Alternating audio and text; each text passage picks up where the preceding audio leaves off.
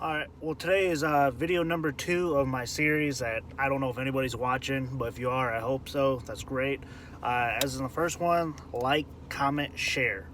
I know it's just something that a lot of people probably think it's not a big deal, but the more things that people can do to get their name out there with the right intentions, people can make a difference.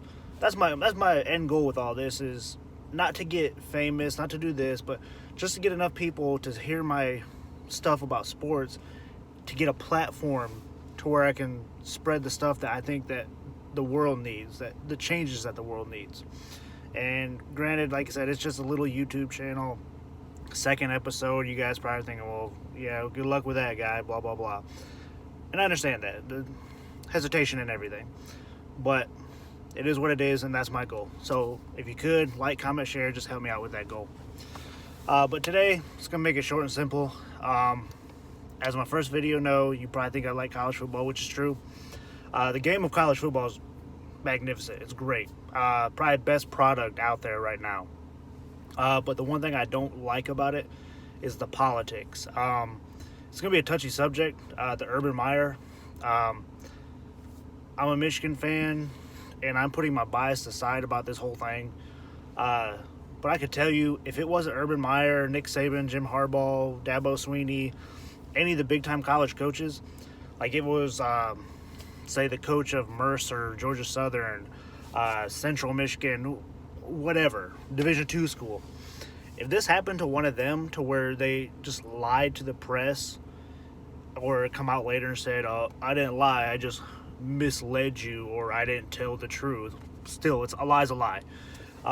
They'd be gone. They would never get a job again. Granted, they didn't do the beating of the woman like the assistant coach, Zach Smith, did, but you might as well have. That's the thing about it. Like, just because you said something and you just let the system take place or whatever he did. I mean, there's so many different stories out there. You don't even know what he did or what he didn't do. But the biggest thing is he should have just fired the guy. He shouldn't have hired him, for one, but shouldn't have fired him. And to me, that tells, like, the character of a person, character of a man, to where when you're at Florida, you have all these issues with players. Aaron Hernandez, for one. I mean, that's self-explanatory. But the coach was there and had trouble there. And then he comes to you in Columbus, and it just takes forever for you to realize something, that maybe this guy's not a good person. If he's a good coach, he's a good coach. But sometimes a good person doesn't mean, or what am I saying? No, a good coach doesn't say, okay, well, he can coach, so I'll let this go a little bit. No, I mean, if it was something like he was buying these students food or something, but no, this guy was beating his wife like numerous amounts of times. He was getting sex toys delivered to the university. I mean, you're married, for one. If you want to explore, whatever, it's on you. But don't beat your wife. Have an affair at the office. Go to strip clubs on the company's dime. I mean, it took all that, then it took all this big old explosion of press for Urban Meyer to finally be like, you know what, maybe we should probably fire this guy. Like, I mean, there's just something wrong with that. And his character has been questioned time and time again, as when he quit Florida to say, I'm sick, I need to take care of myself, I need to spend time with my family. He took a year off, and I'm sorry, but if you don't feel like you have enough time with your family, I get it, families can be exhausting. But you need more than a year to spend time with your family to refocus on that stuff. But apparently he doesn't, because Urban Meyer.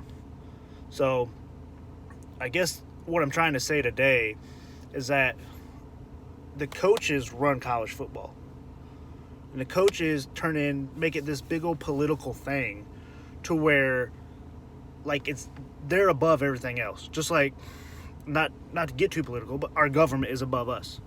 So everybody in our government is above us. The senators, House of Representatives, everybody. They're better than us.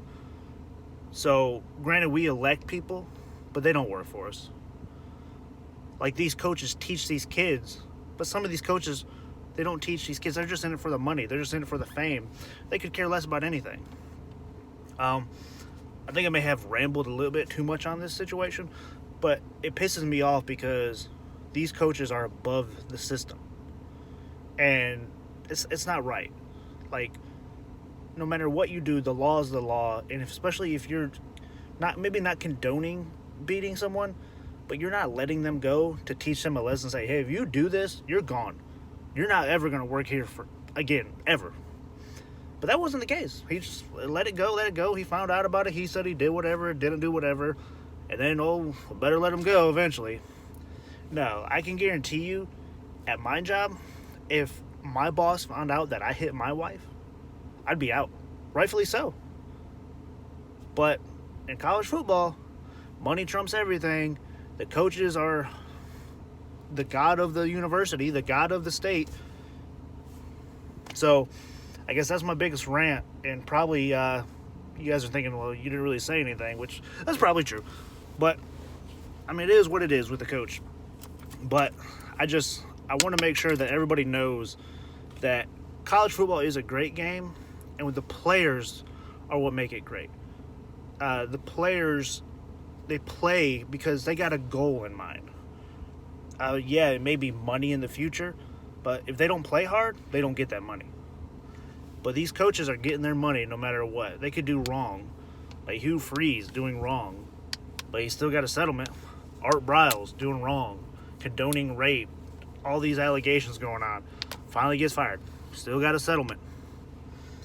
So I don't like how the politics take over, and the coaches take over, because they wouldn't have this product if it weren't for the players. Granted, these schools kind of say, oh, hey, we'll give you this free ride, we'll possibly give you free stuff, blah, blah, blah. But they're the ones that make the school the money, but the coaches take things over. So that's my rant for the day. I'm going to try to make one every day.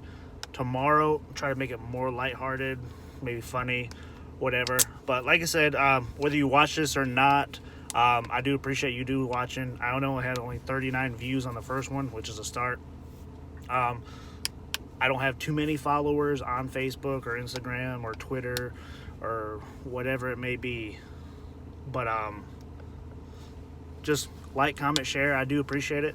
And if you disagree with me on this stuff or agree with me, just let me know. I'm more than willing to have a conversation and about any of my posts, even if it's just like rankings or something like that, and you feel like your team didn't get justice, blah, blah, blah.